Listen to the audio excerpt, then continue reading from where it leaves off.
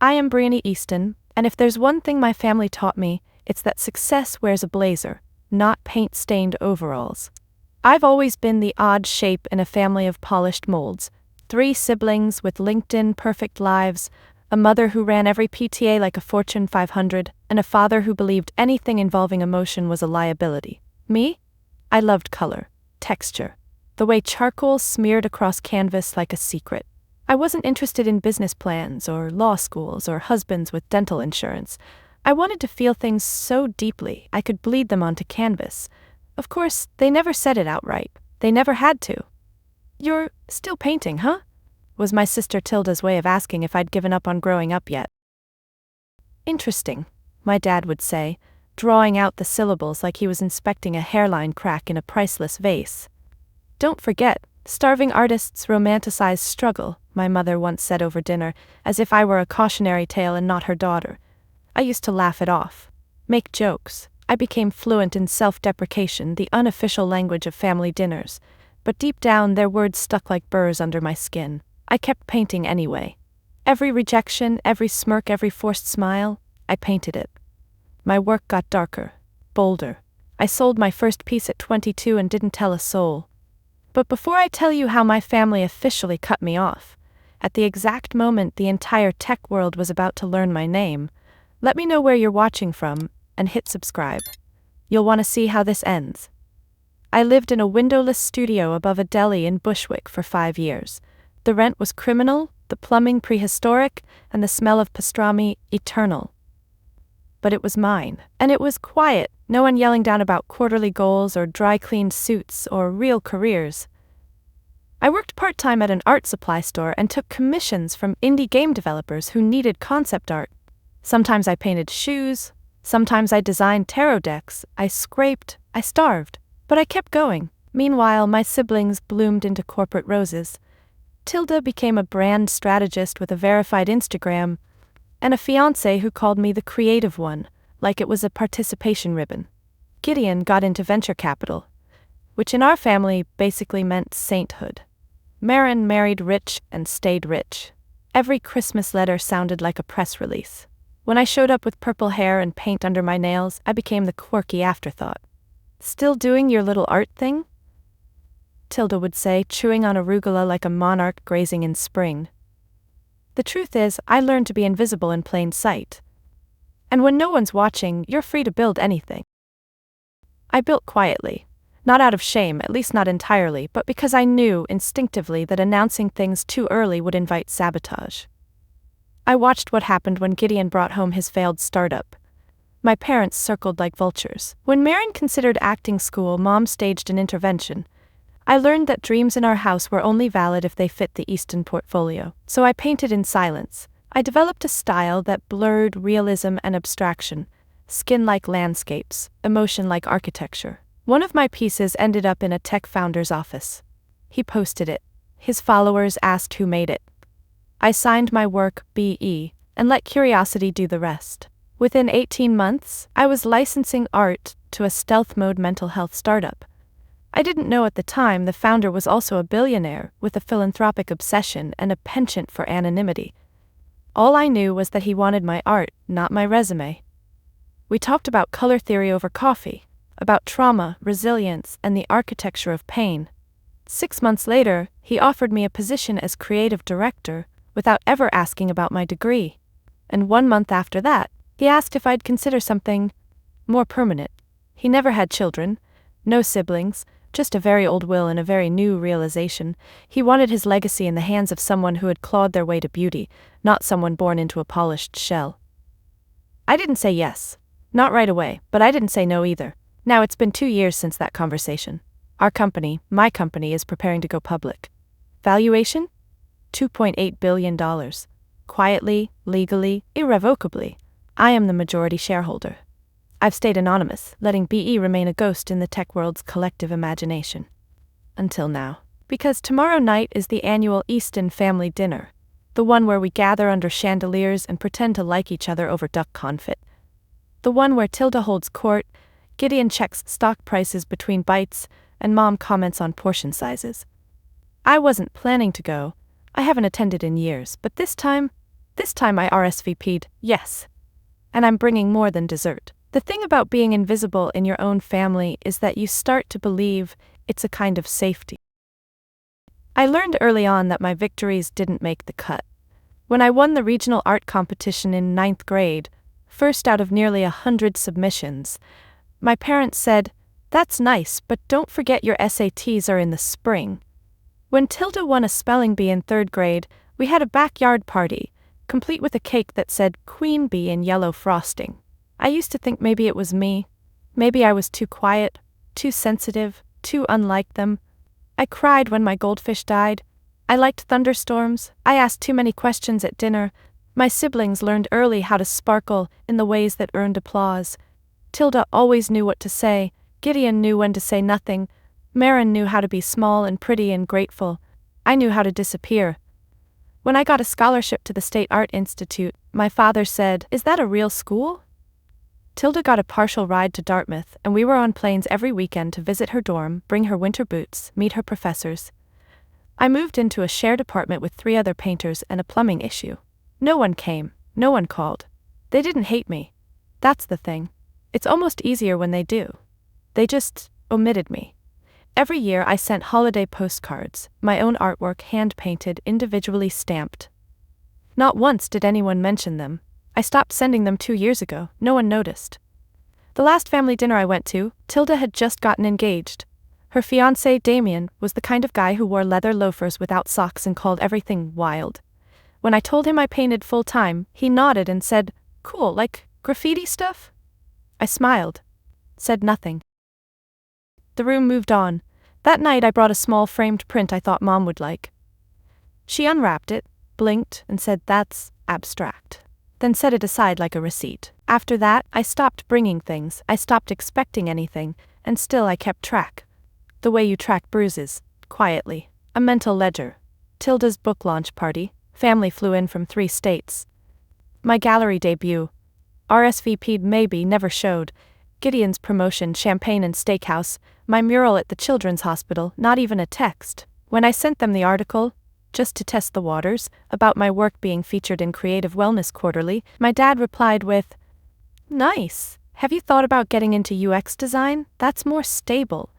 It was always that. A nudge toward the real world, as if the one I was creating didn't count. What hurt the most wasn't the lack of support, it was how deeply they believed I'd failed.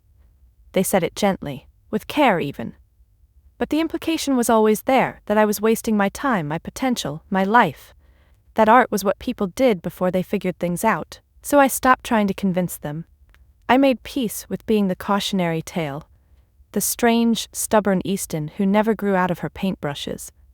What they never knew was how far I'd gone with it. How my art wasn't just a passion. It had become a language, a business, a bridge into a world none of them would ever understand. And I kept it from them not out of spite, but self-preservation. I knew what they'd do if they found out. How they'd twist it, they'd claim it, dilute it, reshape it into something that fit their narrative. So I became my own archive, my own gallery, my own applause. Even now, prepping for the upcoming dinner, I catch myself wondering what they'll say when they finally see me. Not the ghost of Bryony they've constructed, but the one who learned to thrive in the silence they left behind. I wonder if they'll recognize me at all, because I am no longer invisible. I am the storm they pretended wouldn't come. I didn't plan to build an empire, I just needed to survive. It started the way most desperate things do. Late at night, broke, staring at a ceiling with a water stain shaped like Texas, wondering if I could stretch 1 can of lentils into 3 meals. I had $37 in my bank account, and 6 unsold paintings leaning against the wall like sad, quiet witnesses. I remember sitting at my work table, fingers numb from the cold, when I started sketching on the back of a pizza box. Not because I thought it'd be brilliant, but because it was the only thing left that didn't cost anything. That sketch became the seed for something bigger. I digitized it, uploaded it onto a tiny online platform that sold art prints and digital downloads, and forgot about it. A week later, I got a PayPal notification for $3.99. Someone had bought my design. A stranger. I stared at the screen like it had personally insulted me, and then I made more. I digitized everything I had. I offered art packs, custom tarot templates, character design commissions. Slowly, the orders came, drip by drip. It was nothing flashy, just enough to pay the electric bill. Then came the message. A DM from someone named Theo Valen, who claimed to work in early-stage mental wellness tech. He liked the way my art made people feel seen, said it had therapeutic value, asked if I'd be open to licensing a few pieces for a prototype app. I was skeptical. The internet is full of Theo Valens, but his email was legit. His company was real. Stealth mode, angel-backed, aiming to disrupt the therapy space with something more human-centered. I signed a licensing deal for a modest fee and access to early product tests. I didn't think much of it, just another strange detour in my scrappy little journey. But Theo wasn't done. He sent me updates. Data. Charts showing how users who interacted with my illustrations stayed longer, felt calmer, opened up more. He asked me to consult, then to create exclusive artwork, then to help design whole emotional journeys within the app. He paid me more than I'd ever seen at once. Then, one afternoon, he asked if I'd fly out to Oregon to meet with someone. That someone was Elijah Castenbrook. I didn't know who he was. Not really. I'd seen his name once in Forbes, but he was the kind of billionaire who avoided public attention like the plague. Rumor had it he'd founded 3 unicorns and quietly sold them all before 40. Now he was investing in passion projects, mental health, public education, food sustainability. He had a way of talking that made you forget he was rich. He didn't speak in metrics or valuations, he spoke in metaphors. About broken systems. About building things that mattered. He told me, over chamomile tea and cinnamon scones, that my art was the first thing in years that made him feel. I've seen enough code to last 5 lifetimes, he said, but your work, it breathes. That was the beginning of something neither of us could name yet. He asked me to lead creative for his wellness company, which at the time was barely more than a loose framework and a dream. I agreed, under one condition. No one from the public side would know who I was. Not yet. I wanted the work to speak before the name did. We built in silence. While my family still thought I was broke and probably asking for rent extensions, I was designing emotional ecosystems for thousands of users. My art became the soul of a platform that didn't just talk about healing, it guided people through it. And then, quietly, Elijah rewrote his will. I didn't find out until a notary showed up with documents. I stared at the words, primary successor and future steward, like they belonged to someone else. I called Elijah, breathless. Why me? I asked. Because you know what it means to build beauty from being overlooked, he said. And because you won't use it to buy 15 Teslas and a yacht named Gratitude. It wasn't about money. It never was. It was about stewardship. About carrying forward something rare, something fragile. I sat with that knowledge for months, letting it settle like ink in water. I didn't tell anyone. Not my friends. Not my roommates. Certainly not my family. They still thought I sold Etsy prints and played around with watercolors while waiting to grow up. Let them think it. The more invisible I was, the stronger I became. But now, the invisibility had reached its limit. Because in 48 hours we were announcing the IPO. The tech world would finally know who BE was. And once my name hit the headlines, there'd be no taking it back. So I was going to give my family one last chance to see me before the rest of the world did. I didn't want closure. I wanted clarity. The night before the family dinner, I sat in my apartment, quiet, clean and brighter than any place I'd ever lived, and tried to paint. I couldn't. The brushes sat dry, the canvas untouched. My mind kept looping the same question. What exactly was I walking into tomorrow? I hadn't RSVP'd to a family dinner in 4 years. Not since the infamous intervention where they tried to convince me to go to grad school for something practical, like marketing or data visualization. That was the night Gideon asked, "Don't you want to contribute to something real?" And I left before dessert. This year, the dinner was at Tilda's place, a townhouse in a part of Manhattan, so rich it smelled like stone countertops and imported leather. She'd taken over as the new matriarch after Mom retired from hosting. Her way of maintaining order involved a dress code, casual elegance, a conversation guide, emailed in advance, and strict start times, 7:30 p.m. sharp, not 7:31. Her email had arrived 2 weeks ago, subject line, Easton Family Dinner 2025, RSVP please. She included a spreadsheet with food allergies, seating preferences, and a blank cell for me that simply said, Brioni? I stared at it for days before I typed, yes. No one followed up, no one texted, no one asked why I was coming after all this time. Maybe they didn't care. Maybe they assumed I was crawling back, tail between my legs, hoping for scraps of approval. Maybe that was exactly what I wanted them to think. The truth? I wasn't sure what I wanted, not entirely, but I knew what I didn't want anymore. The weight of their silence. The IPO announcement was scheduled for Monday morning. The press release would go out at 6 a.m. Eastern. The name Brioni Easton would trend. The art world would connect the dots. The tech world would scramble to catch up. By the time they were finishing their avocado toast, I'd be on every screen they owned. So tomorrow night, Saturday, would be the last night I'd see them without the filter of headlines. The last time I'd stand across from them as just Brioni, the family footnote. I wanted to see how they'd treat me before they knew the truth. I wanted to look Tilda in the eye, hear her questions, her careful condescension, and know, finally, that none of it held power over me. The irony was poetic.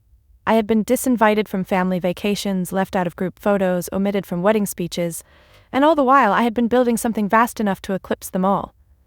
And still, I felt nervous. I checked my outfit twice. I chose a silk wrap dress, charcoal gray, simple but striking. The kind of thing Tilda couldn't nitpick but would never wear herself. I didn't want to look rich, just undeniable. I packed a gift, a framed print from the original sketch that started everything, the pizza box one. Cleaned up, digitally refined, printed on heavy rag paper. I wrapped it in plain craft paper and tied it with string, no label, no explanation, let them guess. I looked around the room one last time. The apartment was still new to me. Clean walls, minimalist furniture, the kind of place that felt rented even though I'd bought it in cash, but the walls were slowly filling, not with paintings yet, but with evidence. Evidence of a life I made, uninvited. I checked my phone, no texts, no missed calls, just the IPO team confirming final approvals. I thumbed through the document folder on my desk. One was sealed, Elias' final letter to me. I hadn't opened it. He passed 6 months ago, quietly, the way he lived. He left no public funeral, no statement, no drama, just instructions. And the company. And the legacy. Sometimes I wondered if he'd chosen me because he knew what it meant to be underestimated. To live inside a question mark. I placed the letter back in the drawer. Tomorrow would be a reckoning. Not for revenge, not even for recognition. But for release. I wasn't coming to prove I mattered. I was coming to show myself I didn't need to anymore. I turned off the lights, brushed my teeth, and got into bed with my heartbeat hammering against the silence.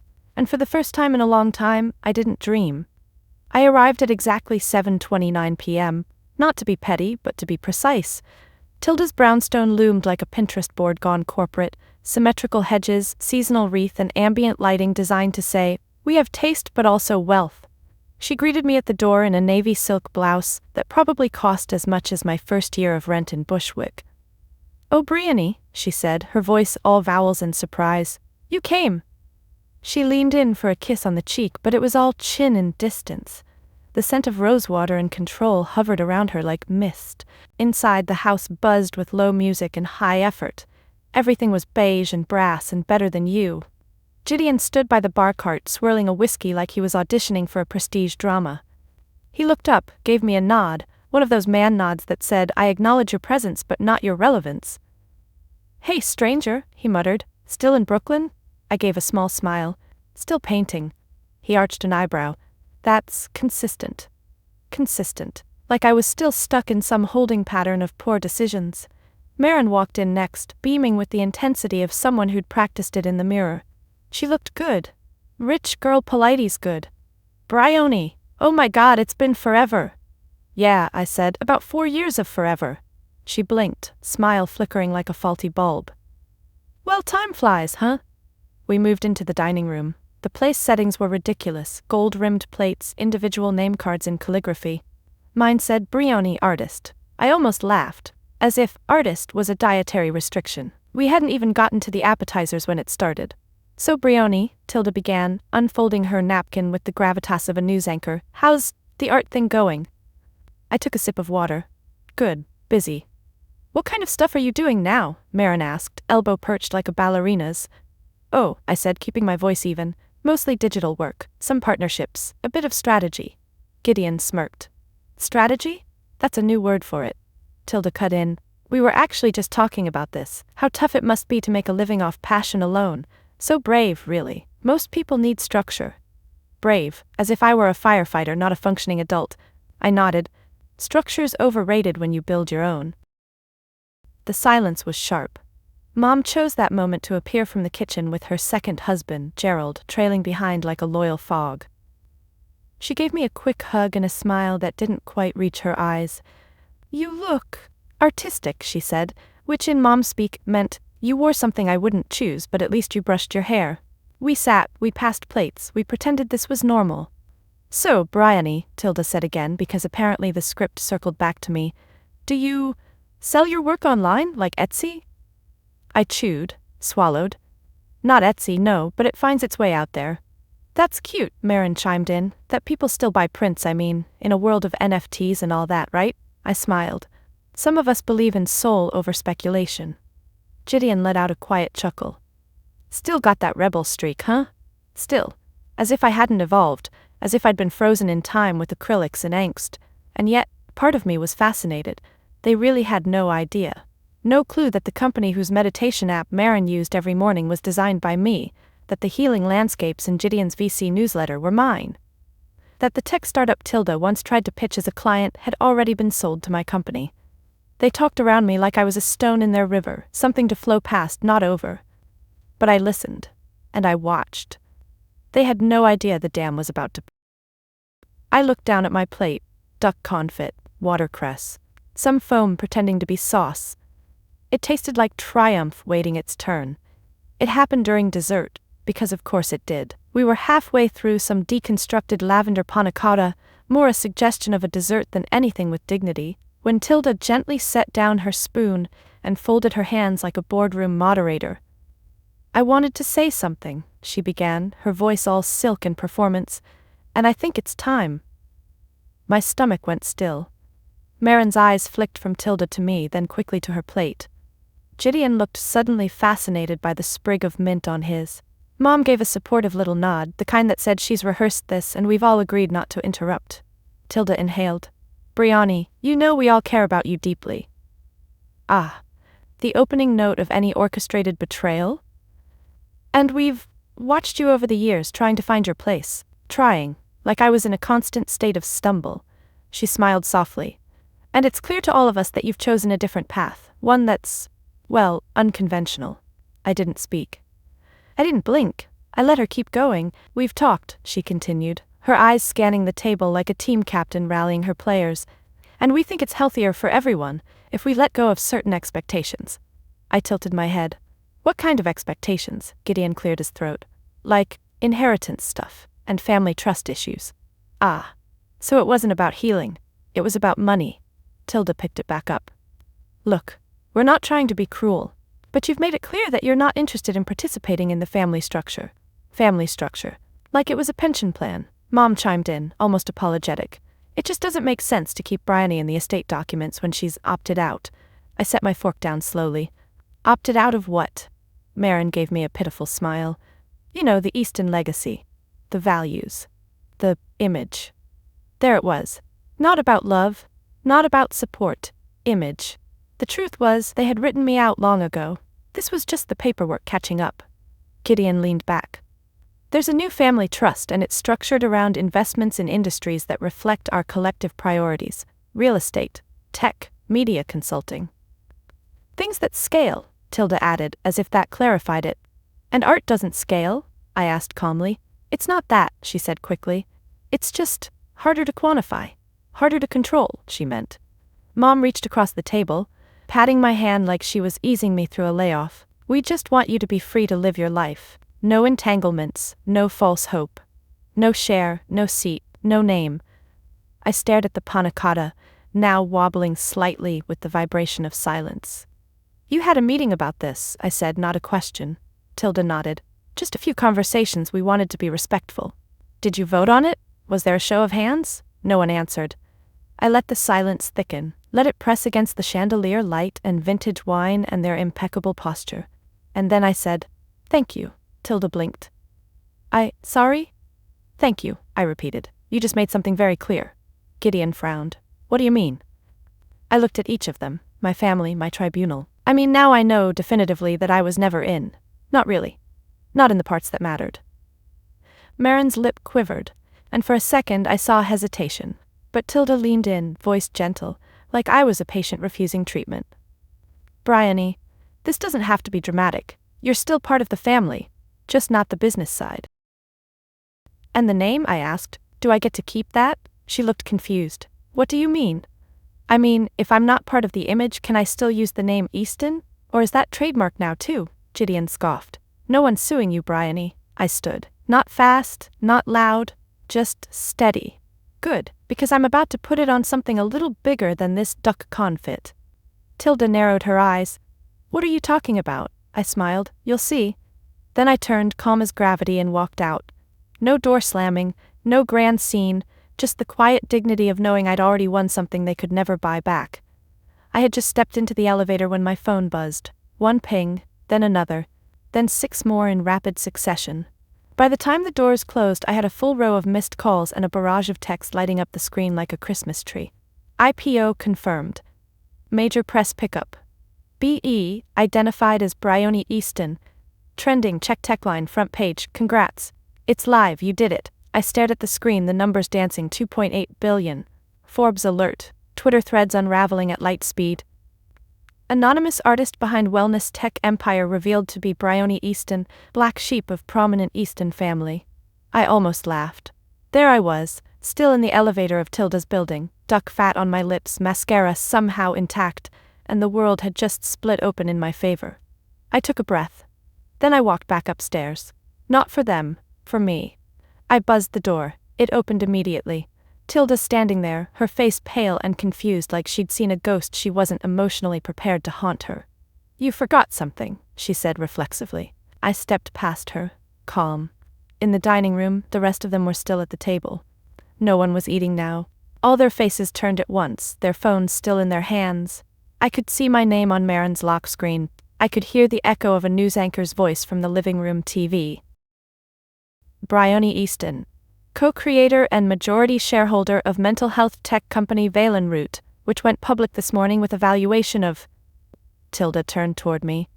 A faint crack in her voice. "Bryony, what is this?" "It's exactly what it looks like." Gideon stood abruptly. "You own Withdrew?" "I built it," I said, "from the first sketch on a pizza box to what it is now." Silence. Marin whispered, "You're the BE?" I nodded once, and then I walked over to my chair, unwrapped the small package I'd brought earlier, and placed the framed print in the center of the table. "This," I said, tapping the glass, "was the first thing I ever sold. $3.99. And this is the piece that ended up in Elia Castenbrook's office." Mom blinked fast, like she was trying to unsee the truth forming around her. "You knew Elia? Personally? I was his creative director, his friend, his heir." Tilda looked like her mouth had filled with cotton. "But you don't even have a business degree." "True," I said. "I just built a multi-billion-dollar company while you were debating charger cord aesthetics and keynote color schemes." Gideon was already on his phone, fingers flying, probably trying to verify, probably trying to spin. I turned to him. "Don't bother. The press release includes my name, title, ownership stake, and quote, my lawyers made sure of it." Marin looked like she might cry. "Why didn't you tell us?" I took a breath, soft but steady. "Because you never asked. Not really. You assumed I was struggling because that's the only narrative that made you feel safe." Tilda opened her mouth, but no sound came out. I looked around the table, at the people who had reduced me to a line on a family tree, a problem to manage, a ghost to politely ignore, and now they were looking at me like I was a stranger. Or worse, like I was someone they suddenly wanted something from. So I leaned in, voice low and calm. "You cut me out before dessert. Now you want a second serving?" No one moved. I picked up my coat. "This is the last time I come here as someone waiting for a seat. I built my own table. I just wanted to give you the decency of seeing it before the rest of the world did." And then I walked out. This time, I didn't look back. The door closed behind me like a seal on the past. and for the first time in years, I felt full. The night air hit me like clarity, crisp, indifferent, and so honest. I walked slowly down the steps of Tilda's pristine stoop, the sound of my heels quiet but defiant against the stone. Each step away from that dining room felt like peeling off a wet wool coat I'd been forced to wear for decades. My phone kept vibrating in my coat pocket. Messages, emails, voice notes, journalists, friends, a few old art clients from years ago saying, "Wait, is this you?" And in between them, silence from the one group I knew wouldn't text, not tonight. The Eastons. Let them sit in that echo chamber of awkward inheritance talks and cold panna cotta. Let them whisper in circles, play PR chess, argue over who missed the signs. I walked into the streetlight glow like a curtain rising. At the corner I passed a newsstand where my face, well, my art really, lit up the screen behind the counter. A rotating headline, "The mysterious artist behind Veil and Root, revealed as Bryony Easton." A second one followed, "The billion-dollar sister they never mentioned."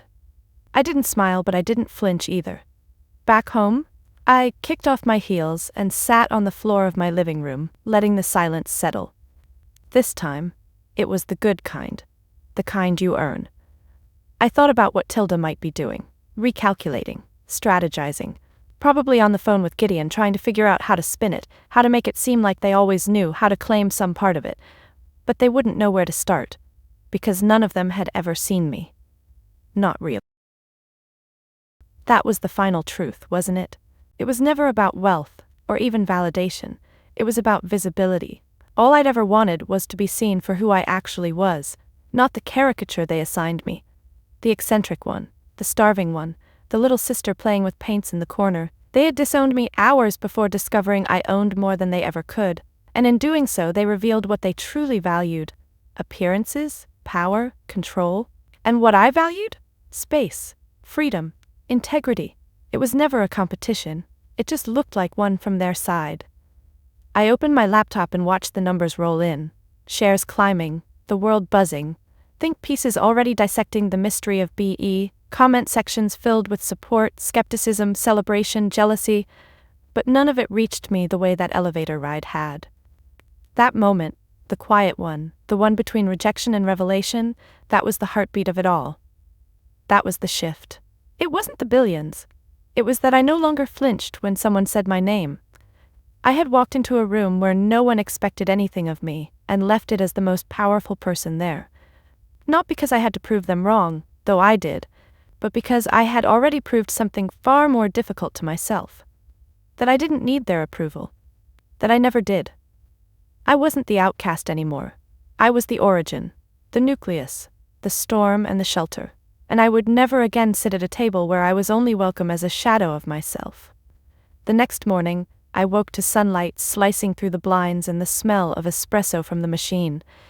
I'd finally splurged on last month. But what really woke me was the calm.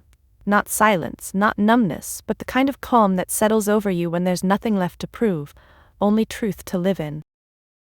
I padded into the kitchen, wrapped in a faded hoodie and socks with holes in the toes, and scrolled through my phone. The media cycle was in full bloom. My name, once absent from family newsletters, was now woven into headlines around the world. The girl with no direction had, overnight, become a symbol. Some were calling it poetic justice, others a masterclass in long-game strategy. A few, predictably, said I got lucky. Let them talk.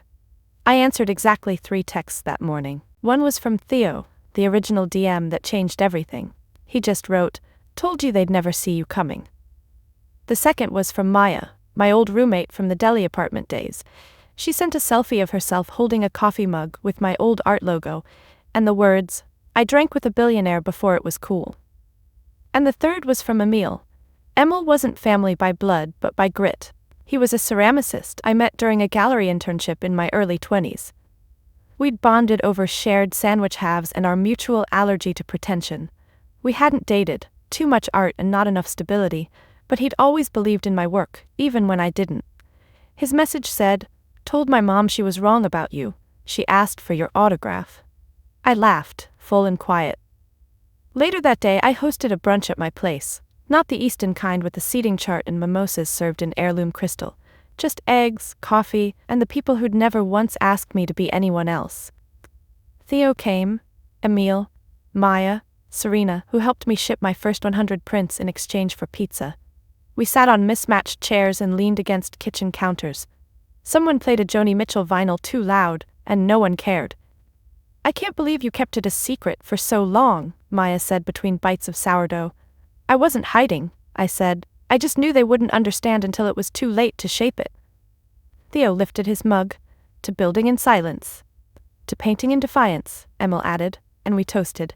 To everything they thought didn't count. After they left, I lingered in the doorway for a moment, watching the street.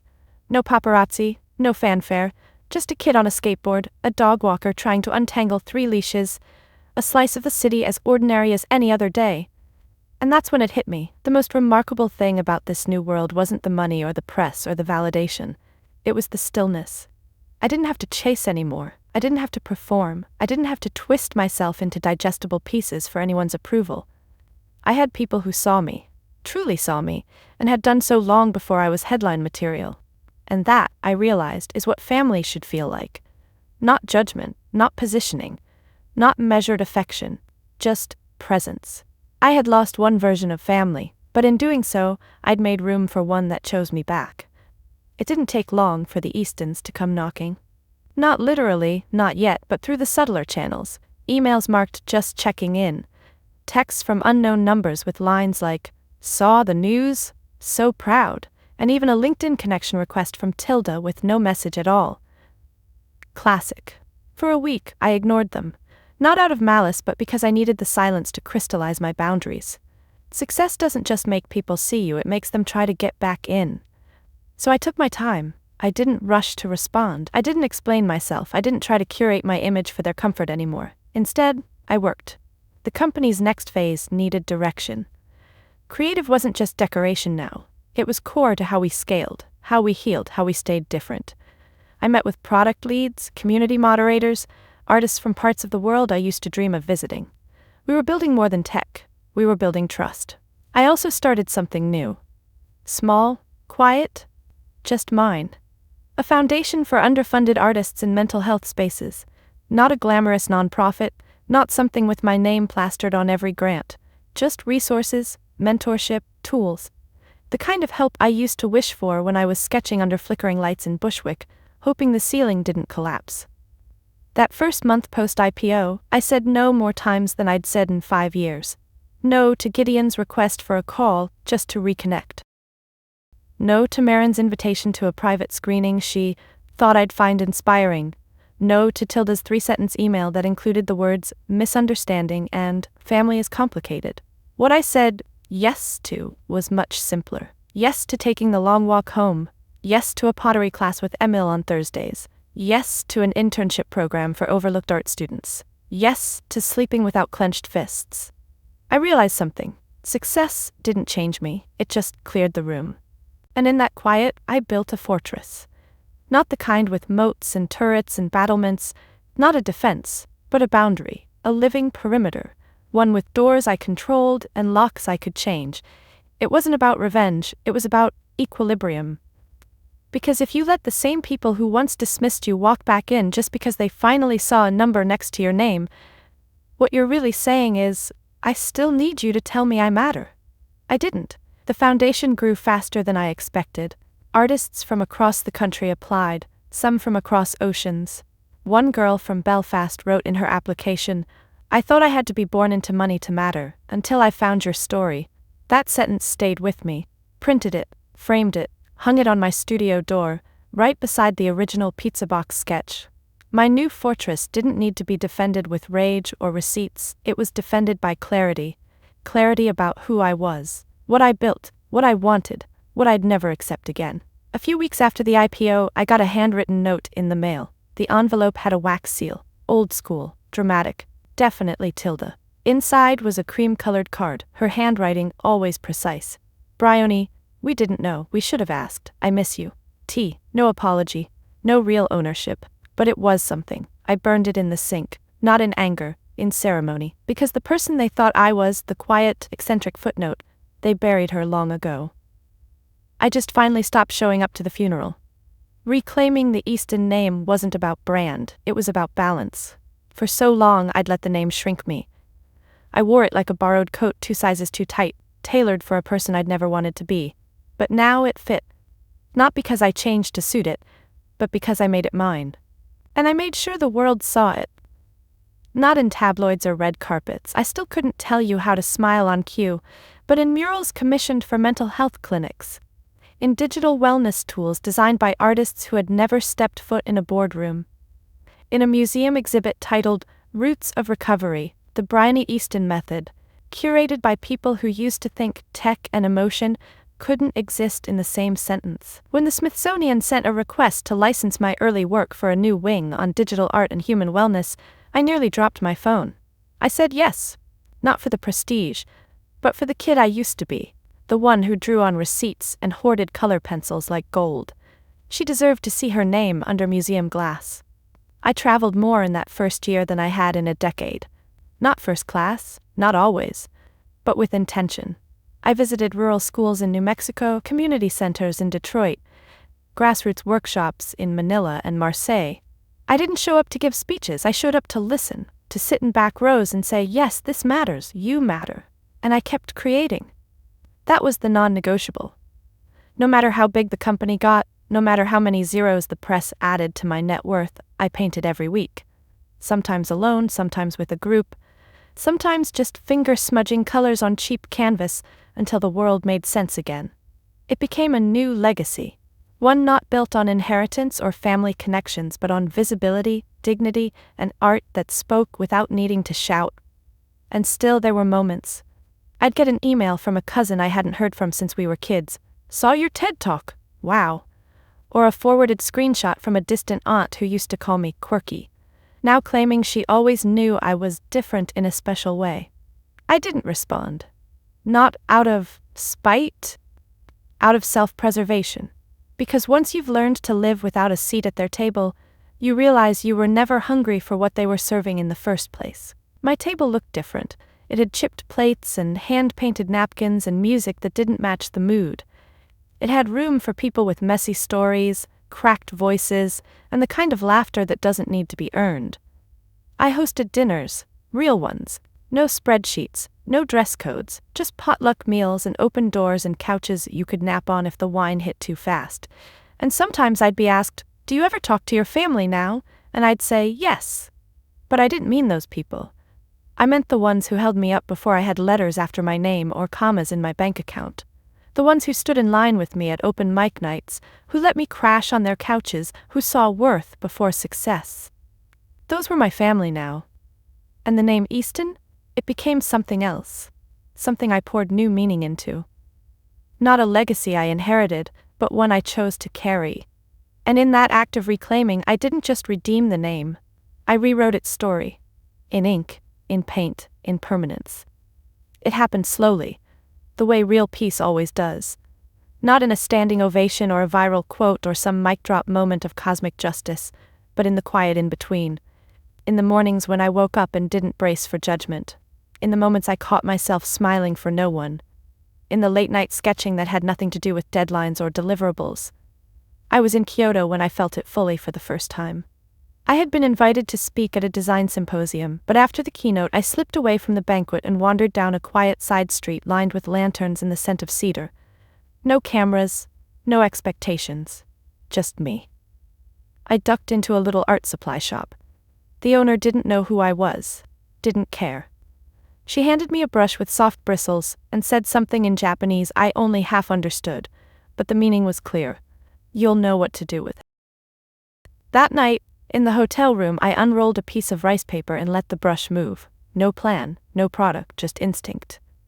I drew a circle, a spiral, a small figure inside a vast wave, nothing dramatic, but it felt like an exhale 2 decades in the making. When I looked at it, I didn't see the girl they tried to edit out. I didn't see the tech founder, the keynote speaker, or the secret heir. I saw someone who had walked through fire with her hands open and made something from the ash, someone who didn't need anyone to clap anymore. That's what peace was. Not an apology, not a reunion. Not a checkmark next to closure, just enough space to breathe as myself, enough stillness to say, I'm proud of who I am, even if you never were. I never got the apology I once dreamed of, No grand Easton family reckoning, just a slow fade into occasional silence. And that was enough, because peace isn't passive, it's a choice, a muscle, a practice. I chose to stop bleeding for people who wouldn't even offer a bandage. I chose to love what I built, without needing them to understand it. I chose to stay soft in a world that tried so hard to make me small. So, if you're wondering whether it's possible to start from nothing, to be the one everyone overlooks, to be the name that never gets brought up unless someone's joking, yes, you can start there, and you can end here. In your own place, on your own terms, with your own voice echoing back not in shame but in peace. And maybe that's the greatest inheritance of all.